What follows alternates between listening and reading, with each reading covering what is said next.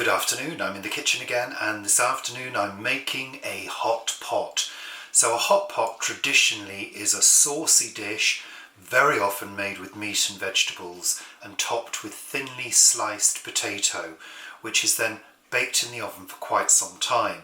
So in the olden days people would have used cheap cuts of meat and it would have been slow cooked throughout the day, very often at a community bakery, a community oven. So we don't need to do that these days, so let's get on and have a look at the ingredients. So first of all, over here I've got a large baking dish. This is 30 centimetres in diameter and about 6 centimetres deep, and I've got my large flat bottomed pan to cook in. I've got 2 tins of tomato, tin of black beans, tin of kidney beans, tin of butter beans. I've got some olive oil, salt and pepper, some cumin, yeast extract. I've got about 5 diced carrots, about 3 celery stalks chopped up, a red onion and about 3 garlic cloves. I've got 3 medium potatoes, about 5 sage leaves and a couple of bay leaves, and I'm also going to be using some cheese to go on top. So the first thing we need to do is get our sauce cooked and reduced, which we will then add our beans to once that's cooked. Let's get some heat on the go. As usual, a good amount of olive oil. I'm going to start off with the celery, onions and garlic. Bung it all in.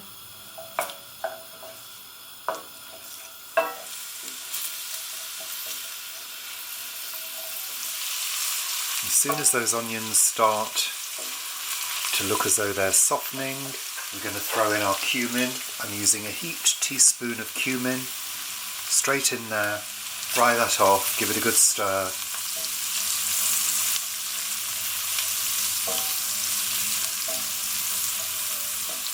Let that fry off for a couple of minutes. I'm going to add plenty of ground black pepper, some salt. Now I'm going to add my carrots. Look at that colour. Gosh, amazing. Now the thing to remember about carrots is they do take a little while to cook. I'm giving them a good stir to make sure that they're fully coated in all that gorgeous oniony, garlicky cumin and delicious seasoning. I've roughly chopped the sage, throw that in, give it a good stir. Sage and carrot go really nicely together. Just leave that simmering, just frying very, very gently on a low heat while you open your tins of tomatoes. Throw the tomatoes in.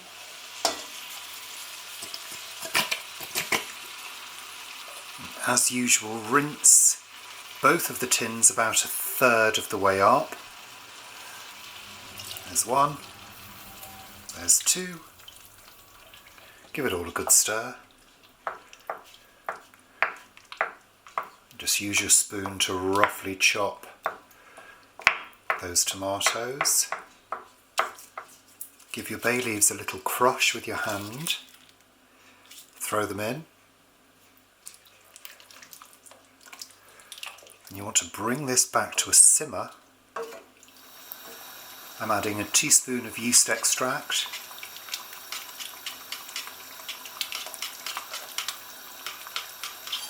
Stir that in. And then you want to let this simmer for approximately 15 minutes without the lid on. We just want to reduce some of that liquid, bearing in mind that the celery and the carrots will both release liquid into the dish, so we need to reduce it. You've also got to consider that you're going to be adding quite a bit of bulk in terms of the beans, and we don't want them swimming in liquid. And the other aim is to get the carrots cooking. So we don't want to cook the dish and find we've got carrots that are still hard. Carrots can sometimes be quite difficult to cook in terms of the length of cooking.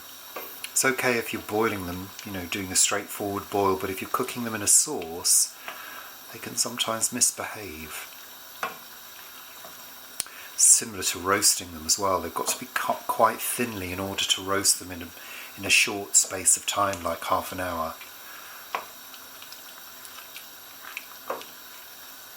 It's a bit of an insurance policy doing this now,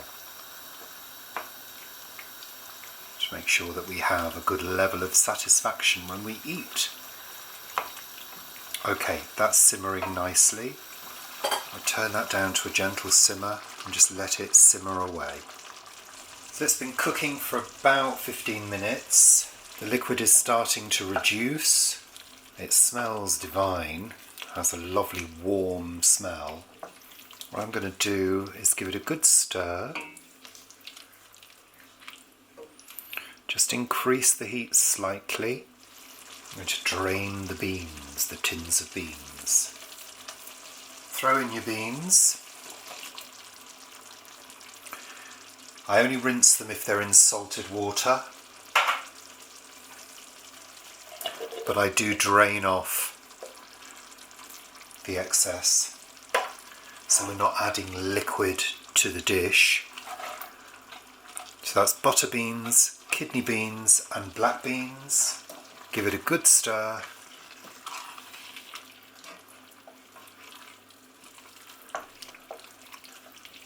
So we've got a nice substantial filling for our hot pot, and this creates a good surface for the sliced potatoes to sit on.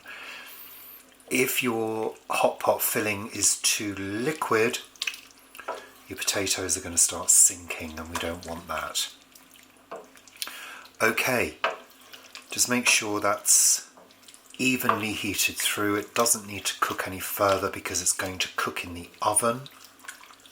Okay, it's time to slice the potatoes. I'm going to use the sharp blade on the side of the grater.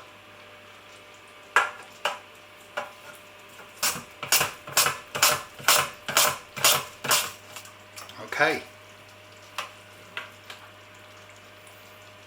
There we have our potatoes. Using a ladle, we're going to transfer this mixture to the baking dish.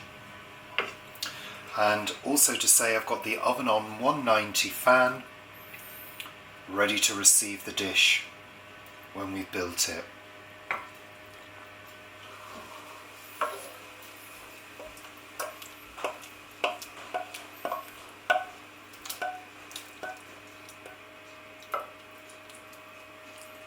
Give it a little press down.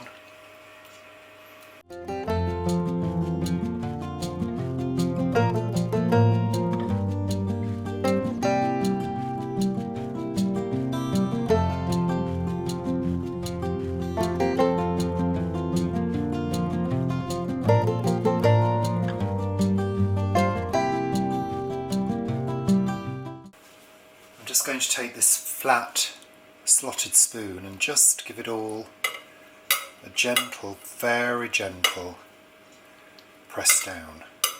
I'm going to drizzle some olive oil over.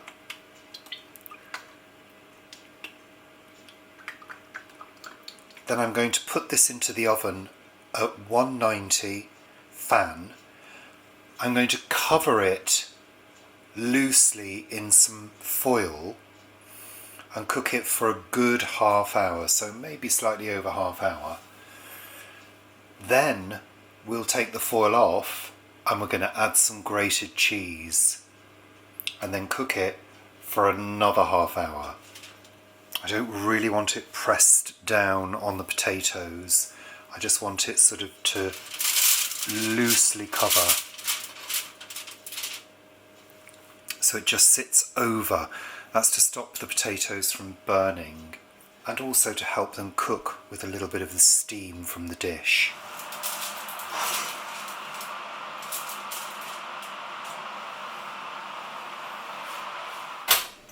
So after your first half hour of cooking, you'll have noticed that the potatoes have slightly reduced and it's lovely and bubbly around the edge. That's perfect. And hopefully your potatoes will be well on the way to being cooked. We're going to add a good handful of grated cheddar. Try and distribute it as evenly as you can. And then that goes back in the oven for another half hour or so at the same temperature, just to really get it fully baked and cooked. And there we have it, out of the oven, bubbling hot. Now what I sometimes do is just check that everything is cooked just by popping a knife in and having a feel. I'm interested that the carrots are cooked through. Yes, they are. I can feel that they're soft, and that the potatoes are cooked as well.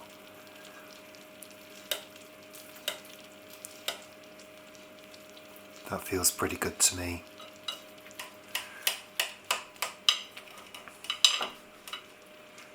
It shouldn't be too liquid. It should come out in a nice piece.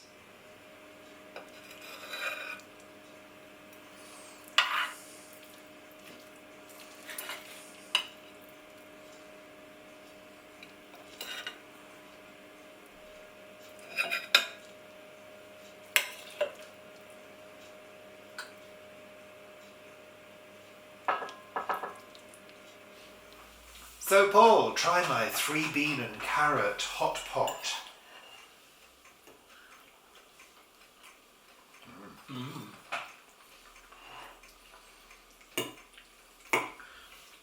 It's been quite cool today at the plot, so this is lovely. So the carrots are just cooked.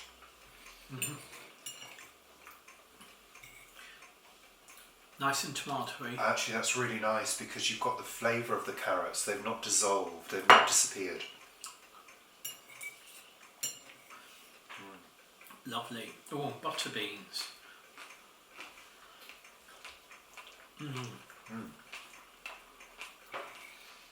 Potatoes are nice and crunchy on top.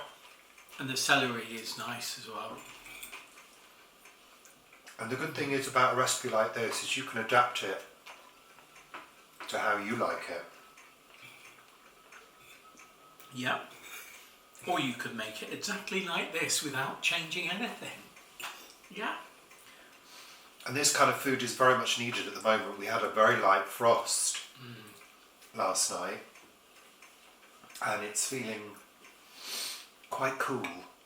I'm warm because I've been cooking, but it's feeling cool. Friends we know have been turning their heating on. We haven't had ours on yet. It's been serviced, but we've not turned it on. And several people at the plot, on the lower, not the plot, the site, the lower part of the site, their squash and their cucumbers have gone. Ours haven't because we were at the top, but yeah. What, because of frost? Yeah.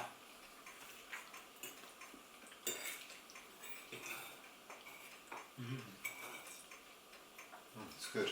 Nice and tomatoey, as I said before.